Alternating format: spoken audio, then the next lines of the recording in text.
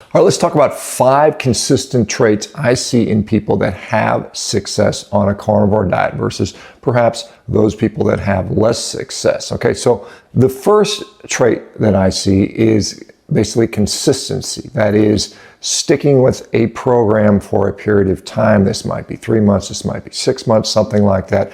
But consistency, really for anything, is key, whether it be exercise, diet, nutrition, sleep, so on and so forth. So those people that are willing to commit, follow through with the consistency, it's an incredibly important and powerful tool. Obviously, you've got to give things time to work, and as I've told many people, whether it's losing weight or, helping to improve or, reduce symptoms of a medical condition, often at least 3 months is required. Okay, the next thing I see is kind of the opposite of consistency, lack of dogmatism. If you are dogmatically adherent that this is the only way I'm going to get healthy because some influencer told me that, or I have a certain belief system that it's only beef, salt, and water, or it's only this or that, that can often hamstring you in many ways. This is something that you have to be a little bit flexible. I always tell people, do what ultimately works for you. If your goal is to get healthy, to lose weight, to have better body composition, to feel better, to be happier, then that is the goal. The goal isn't some ketone level or some rigid adherence to a particular dietary strategy. It is utilizing what works. Maybe you have to do a little bit of experimentation, making adjustments as needed. Again, this is in the context of generalized consistency, but you want to continually be going in the right direction. If you have support from your family members, so your husband, your wife, more importantly is from your healthcare team. If you're dealing with a chronic disease, having a physician or healthcare team that is on your side is going to make a huge difference in how successful you are. And this is something that we see with our Revero patients on a daily basis. They get that level of support, and some people need a lot of support. We found that to be true. Some people need to be constantly motivated, held accountable, reminded. They need sometimes someone to bounce things off of. Having a built-in support system is significant, and it significantly improves your odds of success. So don't try to set that up for yourself, whether it's an online community, whether it's a medical health clinic like we have at Revero. Support is incredibly important. What I often see is, say, things like a carnivore diet can often be used to sort of open a door, right? So it kind of gives you a little bit of respite from maybe chronic pain, maybe from feeling bad, maybe restores your energy. But what you do with that is very critical. I don't think that a lot of people are going to achieve the best health outcome that they can have if they don't maximize those other lifestyle factors. Let's say you eat a carnivore diet, but you drink a bunch of alcohol, smoke cigarettes, stay out late, you never get any sleep, you're stressed out all the time.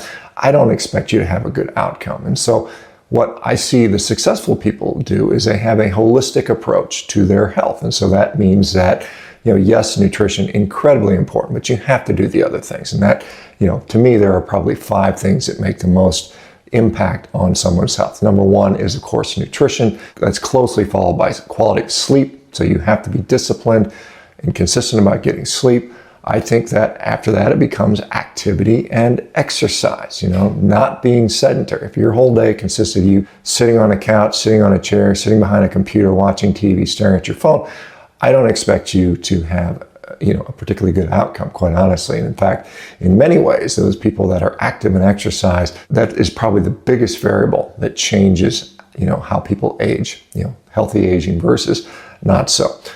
Stress mitigation. Again, stress is a part of life, but some stress is avoidable. You can certainly try to improve your situation when it comes to stress, removing those people around you that are unnecessarily there, that are stressful.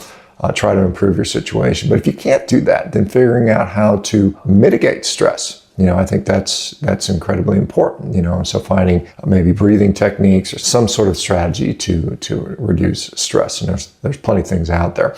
And then the final one is how we interact with our light environment, that is sunlight. We are clearly circadian creatures. We are not nocturnal animals. We have a day-night cycle, and how we deal with that and doing the things that we're supposed to be doing in the daylight. And of course, nighttime is for sleeping, but making sure we're getting exposure to sunlight at the appropriate times through the day is incredibly beneficial. The final one really is more sort of a mindset sort of thing. So now if you have been perhaps, sick your whole life, or obese, or you've always been kind of the fat kid or something like that, your identity is wrapped in your deficiencies or illnesses.